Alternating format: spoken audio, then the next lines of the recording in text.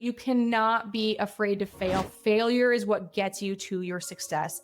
I have failed more times than I've succeeded. And Jeremy, I'm sure you can attest to this, that you have failed more times than you succeeded. You know that if you had constant success, you would never improve. You would never get better. Hey, everybody. Welcome back to another weekly episode here at the REI Freedom Podcast. I'm so excited to have you guys here today. I'm Jeremy Beland, the host, as you guys know, with the thick Boston accent, talking everything about off-market real estate space. Today, we have somebody with not a Boston accent, but you'll hear that she has a touch of the Midwest accent. Our guest today is from Nebraska, and this person is doing a lot of cool things in the real estate space. And I'm really excited to share her story with you guys today.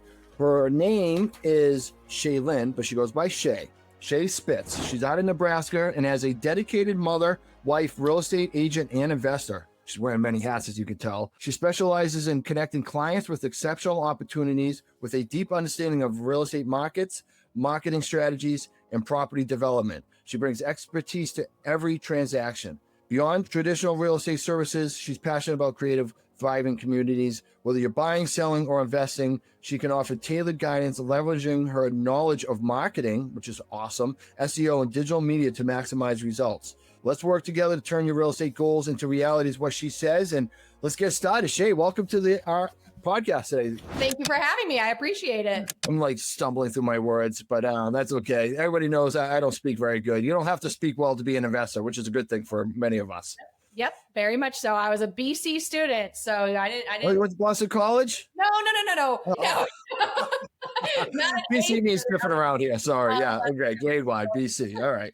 Well, you're a high achiever compared to where I was, but that's great. So prior to getting started on this, we were talking offline that you are a mom and you're raising some kids and being a mompreneur, and you got a bunch of different investing things. But before we dive into that, can you tell us a little bit about your story and how you got to where you are today? Yeah, so it's actually a pretty interesting story. My husband and I did not grow up in a real estate family at all. My dad's a farmer. My mom worked in a manufacturing her entire life. My husband actually grew up with his grandparents and his mom for the most part. And he went to school to be an electrician. I went to school to be a case manager for mentally ill adults.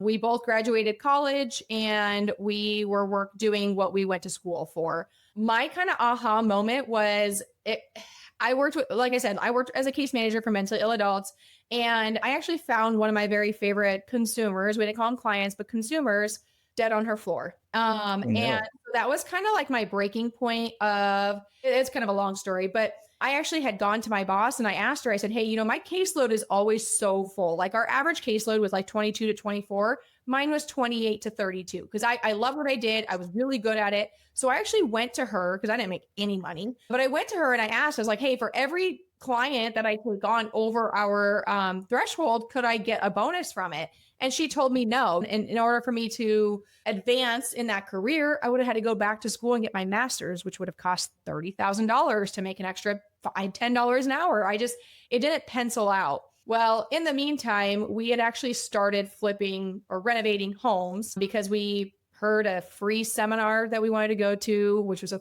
3-hour seminar, which led to a 3-day seminar, which led us to investing in this big program. And the program that we invested in was actually more than what I made a year. And so like $30,000, $50,000 a year. It was $25,000. And at that time I was only making $25,000 a year. And we didn't have that kind of money. And it was very gut wrenching. Like it was the best decision we ever made, but I would never want to relive that first year. We literally took out credit cards. We took out 3 credit cards that were 0% interest for 12 or 18 months. And we were able to get most of it paid off within that first year. And then we got the rest of it paid off like 3 months later. But It was and we had 2 kids, just bought a house, just got married, like all the things. So it was gut wrenching. We used creative financing through our HELOC from our primary residence, private money lending through my grandparents. So we sat down and we explained everything to them. And it was nerve, because that's a lot of money that they were handing over to us that we've never done a project, plus a construction loan. So there was just a lot of different ways that we financed this deal to make it work. And we made it work, but barely. So that was kind of how it started. And then after my boss had told me no about getting a little bit more money, I actually started getting my real estate license and passed my test the first time, and I jumped in 100% full time. Wow. Wow. And how long you been in the real estate space now? It'll be 7 years in July, so a little over 6.5 years.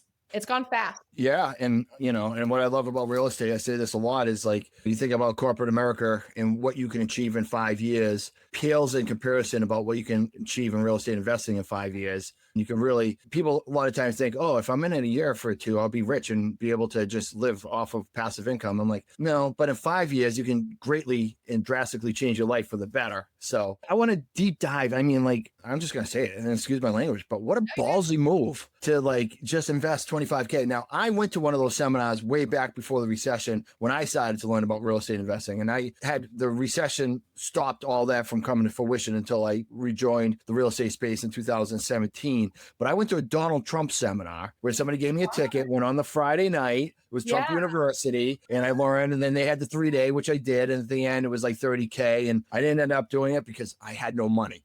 But you obviously didn't either. And, we have students or potential students that want to come into our mentorship program all the time at a fraction of this and struggle with that kind of investment. And now you're talking about spending as much money as you make in an entire year. So first, what made real estate attractive to you where you even went to the seminar? And 2, what made you take such a gutsy move to invest that kind of money into something that you didn't even know was going to even work? Right. That's a good question. I don't know for sure. I also realized what I was doing wasn't going to get us where we wanted to go. I loved what I did, but I came home mentally exhausted every single day. It was a very rewarding but non-rewarding career, to say the least. And my husband was an electrician. I mean, he did make pretty good money. He had the insurance, but still, that was still what I made in a year. And he actually heard the ad on the radio back when people listened to the radio. And he's like, hey, I think we should do this, because we liked the HGTV stuff. I was like, hey, I mean, it sounds fun, but clearly there's more to it than what HGTV says. And as we all know, way more to it. But I even remember I was 8.5 months pregnant when we went to the 3-day seminar. So when we were going through this on day 2, they told us how much it was going to cost and all these things. And I told my husband, I said, we are not doing it. You're going to have a baby in a couple of weeks. Yes. I was miserable. I was uncomfortable. And so I didn't even go to day 3. And I told him, I said, we are not doing this. Well, he calls me and he's like, Shae, I really think we need to do this. And maybe it was Saturday night. It's all kind of blurred, but I don't know what it was. I was just like, okay, all right, let's do this. And we were literally, as we're on the phone, he's at the seminar, I'm here, he signed up, or I'm not, I was there, but at the hotel room, actually, we didn't have any money. That we actually stayed at his stepmom's mom's house. That's how much money we did have. So anyway, and we were applying for credit cards. We increased our credit card limit. It was 0%. So we're like, okay. That's what they have you do at that plate on those things too. Everybody call your credit card company, because I've seen that firsthand too. Yes. And I don't regret it at all. It was the best decision that we made, but it also, there's a lot of people who have gone bankrupt because of things like that. But I don't want to blame those people, or it's not the company or the business model. It's how you utilize it. You know what I mean? Like, we probably could have taken it to a whole nother level if we wanted to, because they laid everything out for you, but you have to be willing to do the work. I mean, we were up late, we were up early. We had obviously a second one. We just had a second one. It was just one of those things that you have to have unwavering belief in yourself, because you're going to have people who doubt you. We had friends who doubted us. We had friends saying, and it bothered my husband more than me. For me, that gave me fuel. We would have say, oh, yep, I'll believe it when I see it. Okay, well, now it's kind of ironic that the person who would doubted us is actually in prison now, and we're doing really well. So yeah, that's funny. I'm sure you had a lot of family members too. Like, here you are, 8.5 months pregnant. You're about to go on this, and they're like, "You're going to spend what kind of money to do what?" I mean, we didn't tell any family members. Okay, smart. It was until I was on a REI podcast. Yeah. And it was the first time about 3 years ago that we finally admitted it. Wow. Yeah, we didn't tell anybody. I agree. A lot of people say, hey, if I join your mentorship program, can you guarantee results? I'm like, well, I can guarantee results if you guarantee you're going to do everything I tell you to do, right? And we know that doesn't happen. And that's when things don't work out, they want to go back and sue. But obviously you did everything you can. And I'm sure it wasn't perfect. You made a lot of mistakes, even with the mentorship program, and you invested $25K, which is pretty much more than all the money you had at that time, but you were able to make it back within 12 months, which is a pretty hefty investment. And I would assume over the course of that year, you laid the foundation, the groundwork for your business for the years to come. And here we are 7 years later, and you're a far cry from where you once were, I would assume at this point, correct? Very much so. Yeah. Like I said, I mean, we probably could have taken that to a whole nother level, but I ended up getting my real estate license and I focused on me being an agent. We've still done quite a few flips, but like I said, I mean, we easily could have taken it to a whole nother level. We just ended up going a different direction. And so, like I said, I mean, it was the best decision we made because of where we're at today, but it was the hardest, one of the hardest. Like, it was a very hard year, a lot of emotional stress, mental stress, financial stress, all of that. Because yes, I found private money lending, but we still had interest to pay on these other bills. Sure. It was hard. It was hard. And we stayed together. If you ever want to test your marriage, try to put up a handrail on stairs together.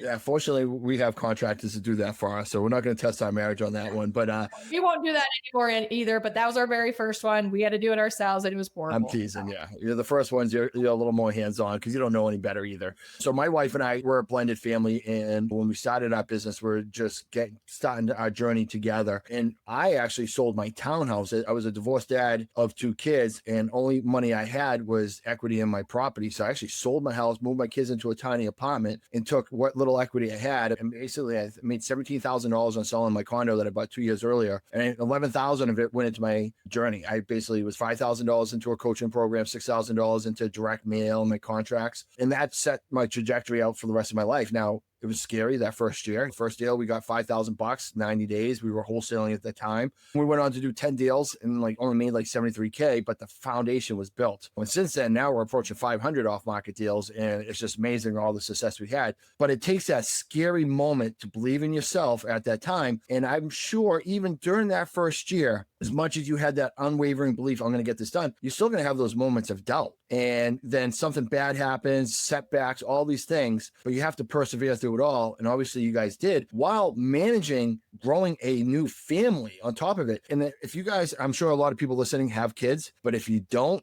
listen, when you're having a baby, those first few months, it doesn't get any harder than that. And running a business on top of that, I mean, that is a tough thing to do and to overcome. And you guys somehow found a way to do it all. We did. Yeah. Yep. You had to persevere through those hard times. And even being so far into business, you're going to have those setbacks. You're going to have changes that will propel you forward, but you're going to have those setbacks first. I'm reading some books now, and it's about that quantum leap. Like, you're going to get to a point where a change has to happen. You make that drastic change, and it feels like you're getting a little bit of a setback, but because it's setting you up for that quantum leap. And that's what I had. I ended up going through that about 2 years ago when I switched brokerages, because I was very comfortable where I was at, but I got to the point where you cannot be comfortable, get comfortable being uncomfortable. And if you're comfortable, you should be uncomfortable with that because you're not growing. Right. And, you got to be complacent. Yes. And so when I made that change, it was a huge setback. There's a lot of changes I needed to do, but it propelled me. It took me from, a certain amount of income, almost doubling that very next year. But I had a huge setback at first, and it's very scary. So what made you transition away from that business model of flipping houses into whatever you went to next? What made that transition happen? Honestly, me just getting my real estate license and focusing on doing that 100%. And we were still doing a couple of them. We didn't have a perfect foundation and other people bringing deals in. It was still just my husband and I, and he was still working full time. And we still obviously had our 2 young kids, but it was more so that I made that transition, and more of my attention, I wanted to go there because I wanted to get that up and going, focus on that while doing a few flips here and there. And then we ended up getting pregnant again. And we had our 3rd baby about a year later, or maybe a year and a half. I don't remember. But so then going back to focusing on your kids again, which you always want to focus on them. And at that time I was a real estate agent. We got home from the hospital on a Saturday, and I was actually showing homes on Monday with my little newborn. Oh my goodness. Yeah. So full circle, we put in an offer right then and there. I actually had to nurse my baby while I'm typing up an offer. That's what I did with that. So wow. You are not afraid to go and take things by storm. So where does your business model stand today? What does it look like today as we record this podcast? Yeah. So right now, I have a transaction coordinator who helps with all of my paperwork, taking that basically when it goes under contract, she preps the paperwork, we go under contract, she gets everything ordered. I'm still involved with the negotiation and communication because I really do pride myself. I can't just step away. Like I have good relationships with my clients. And you're talking with you guys to retail listings, correct? Right. Yes. Right. Retail listings. Yep. We have an eightplex. We also purchased an old church, converted that into an Airbnb. So we have that here locally. We just sold one of our other flips last month. And then we have another one that we're working on right now. It was a rental, caught fire because the tenant was smoking inside the house, which he wasn't even supposed to be there. So future reference, if anybody has a house that catches fire, let it burn down. Don't try to save it. Let that shit burn all the way down. Do not. Don't.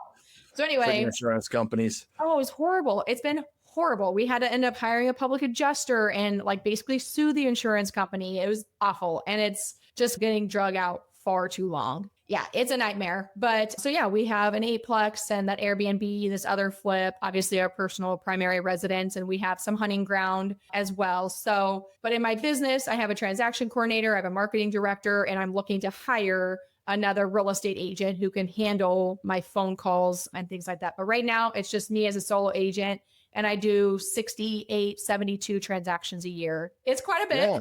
Yeah, that's amazing. Good for you. That is very high volume. And I'm sure you're well aware of the stat that in 2024, more than 70% of agents across the nation did zero, big fat zero, right? So you're one of the 30%. And I bet you your numbers put you at the very top 5% across agents around the country. So great job. Congratulations. I mean, that's an amazing milestone. Seems like everything you do, you basically full speed ahead with tenacity and you're getting things done. Now, that's a good segue because offline, before we started, we're talking about this new endeavor that you're on. I mean, talk about a far cry from 7 years ago. Please share with the audience what you're starting to do now. Yeah. So we are working on a 75 acre development. We've actually been working on this probably going on a year, and we purchased the land back in December, and we are working on TIF financing, and that's a little bit different than everywhere else. We actually have the meeting tonight that will officially grant us the funds. We have a 30-day, I don't even remember what they call, but basically a 30-day standstill where those funds are not awarded to us until May 7th. And basically from then on, I mean, there's still a lot we have to figure out. We know we're not even in the thick of it yet. But yeah, it'll be mixed use. It'll be single family homes, townhomes, row houses, apartment complexes, and commercial lots. So it's just really cool because the school or the city is planning to build a school, and it happens to be right next door to the land that we purchased. So, which we found that out when we were in contract. But so there's just a lot of huge things that can happen with this, but there's also a lot of setbacks, a lot of pain, a lot of disagreement between me and the three partners once in a while. I think we're all on the same page, but obviously you're going to have some disagreement on what we feel is going to be best for us in the community to move this project forward, because none of us have done a 75 acre project like this. Never.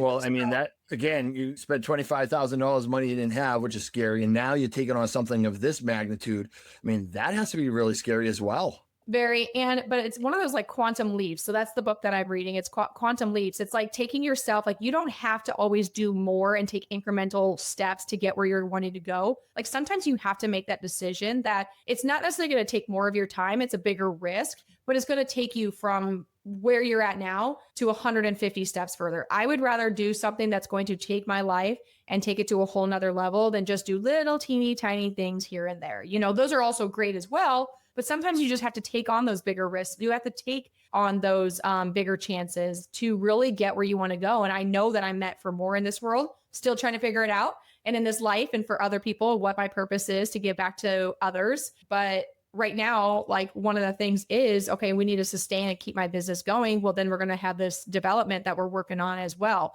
And I know that will take me from where I'm at to a whole nother level. And that's going to be my quantum leap, maybe in addition to a few other things, but yes. Amazing. You've achieved this all in 7 short years.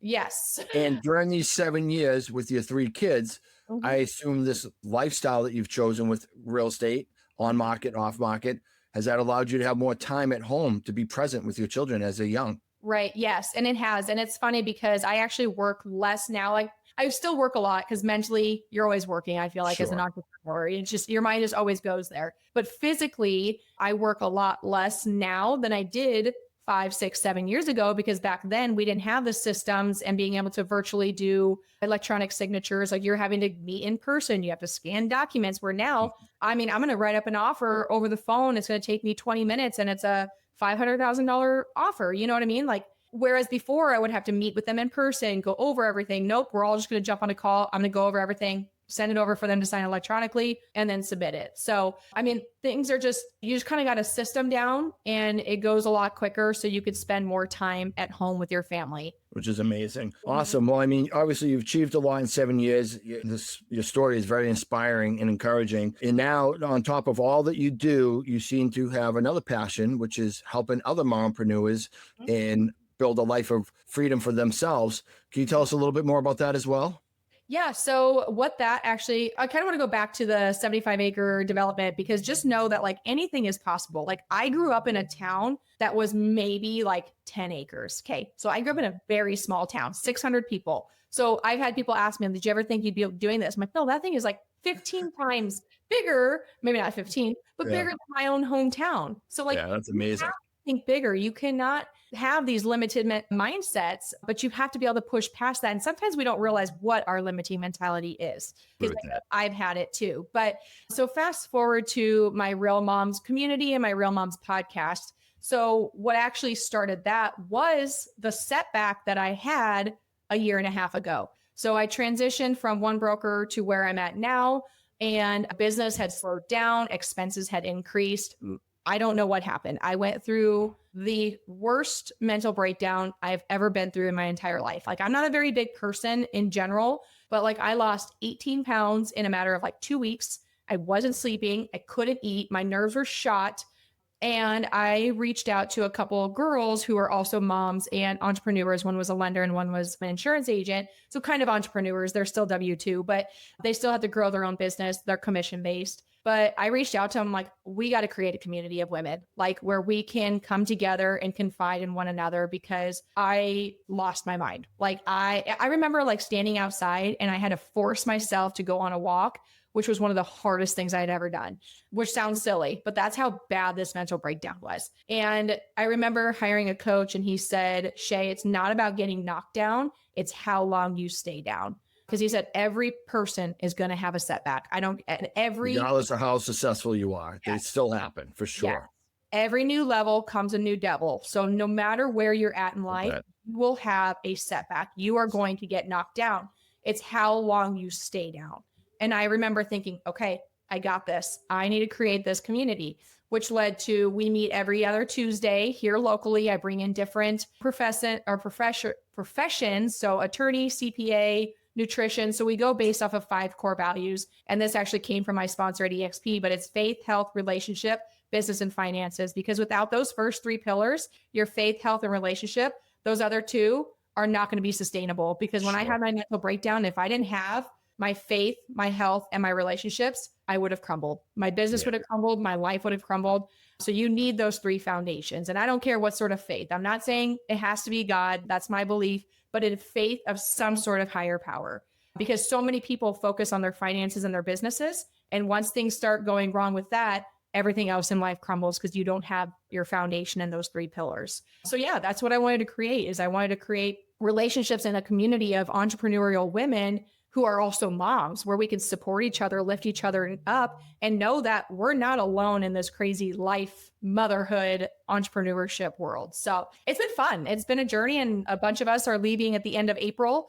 to go to an Amberley Lago event. A couple of us went last year, and it's awesome. I love that. Yeah. And being an entrepreneur has its own challenges, but being a mom has its own unique challenges, and combining the 2 is very different. So I think that community is very much needed. So outside of listening and learning about that on your podcast called Real Moms Podcast, and if you guys are interested in that, I strongly recommend you go listen to that. Where else can they find information out about this community? So you can go on Facebook. It is a private event. So like it's only close here locally. Okay.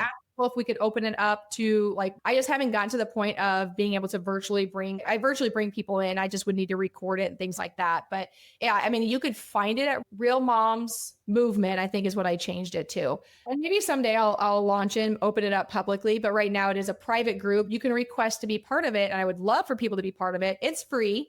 And I bring in speakers and stuff, but I haven't gotten to the point of like, even bigger than that. You know what I mean? Yeah. So Well, it's not like you don't have a lot on your plate already. right. So, Yeah. but that's great. So Real Moms Podcast and Real Moms Movement on Facebook. We'll put that in the show notes as well. So as we wrap up this podcast, I just want to ask you a couple questions. Knowing what you know now, what would you say to anybody who was you 7 years ago, is afraid to jump in, but knows that's kind of what they want to do, but they're afraid? What would you give that person advice? Fail forward. I mean, you cannot be afraid to fail. Failure is what gets you to your success.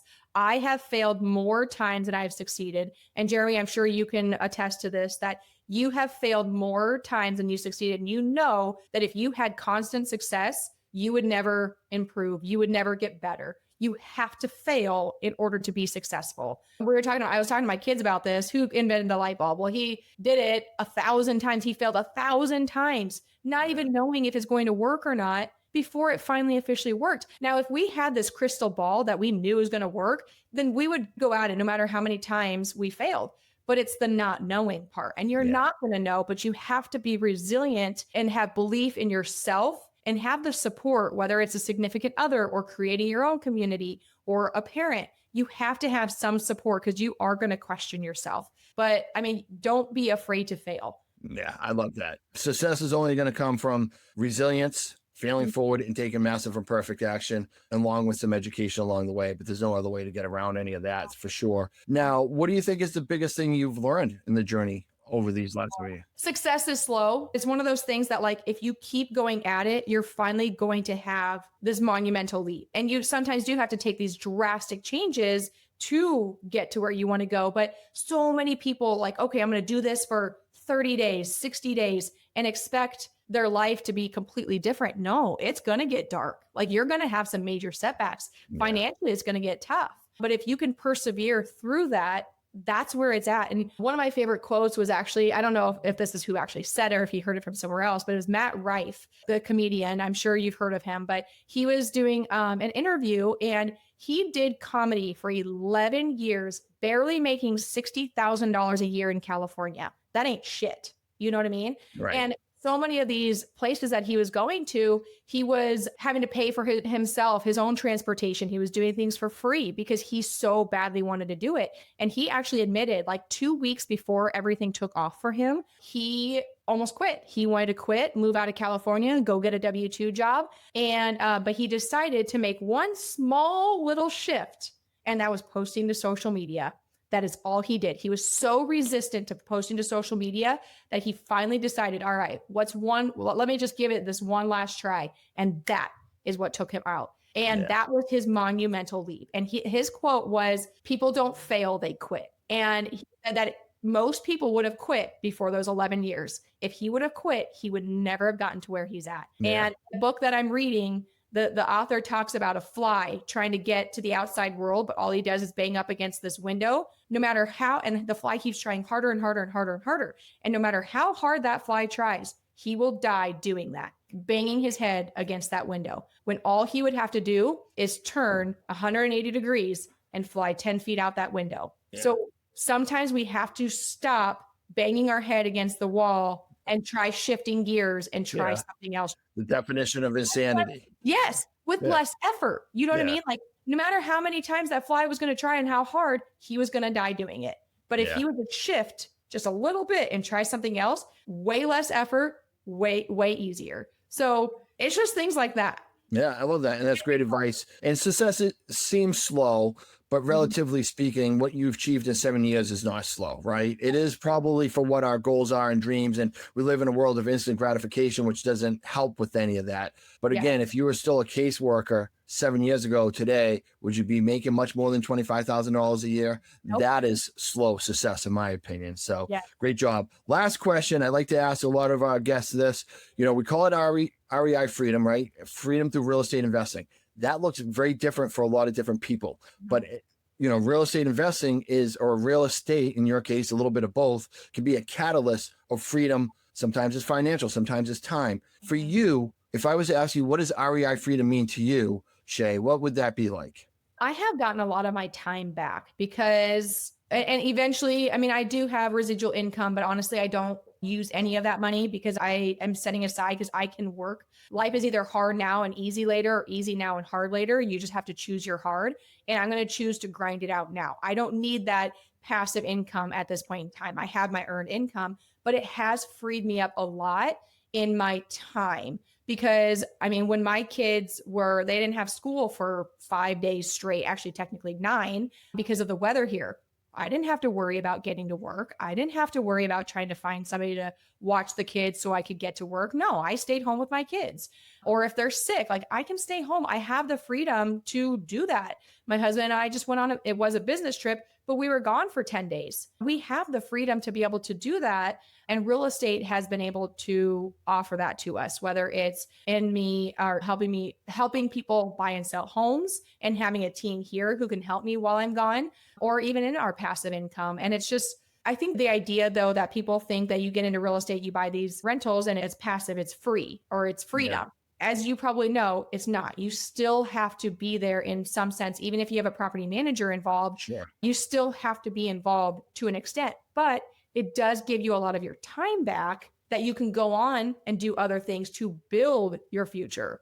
Yeah. Not only you building in all this financial freedom, but all this time that you've been able to spend with your growing family for the last 7 years. And if you were still a caseworker, you wouldn't be able to probably go on vacations for 10 days without permission. And right, you would not be able to take time off with your kids when there's snow.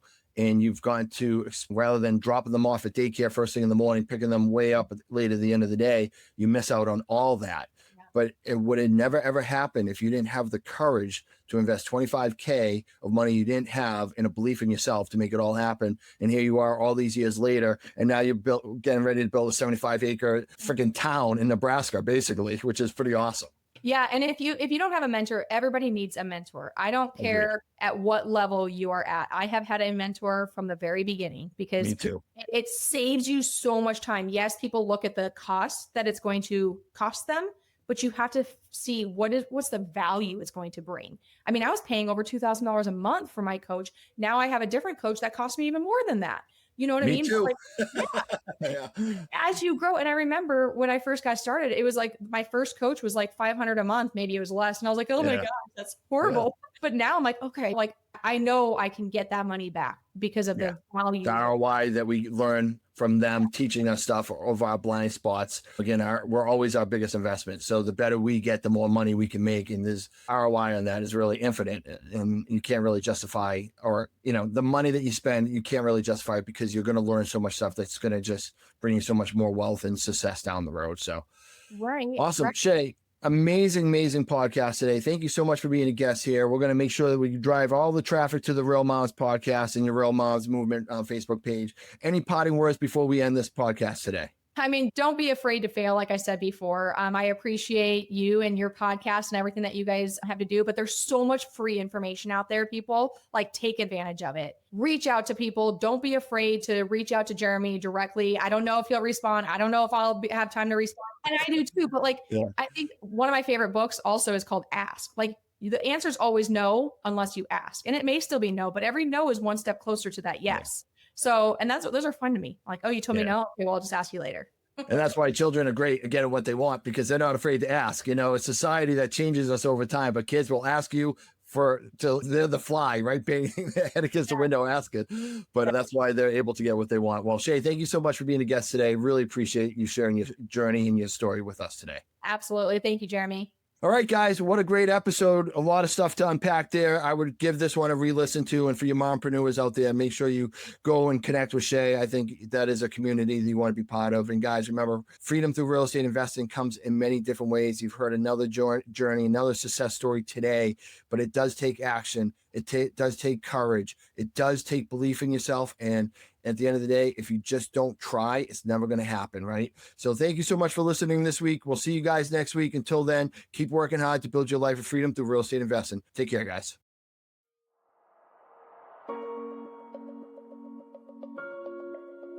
Join us on our journey to achieve ultimate freedom through real estate investing. We understand that the road to success isn't easy, but together we can overcome any challenge. Please subscribe, rate, and review our podcast to help us grow and reach more aspiring individuals. Visit our website to access additional resources and join our email list. Follow us on social media at REI Freedom for more updates. If you're interested in our acquisition coaching programs, visit reifreedom.com for more information. Let's go.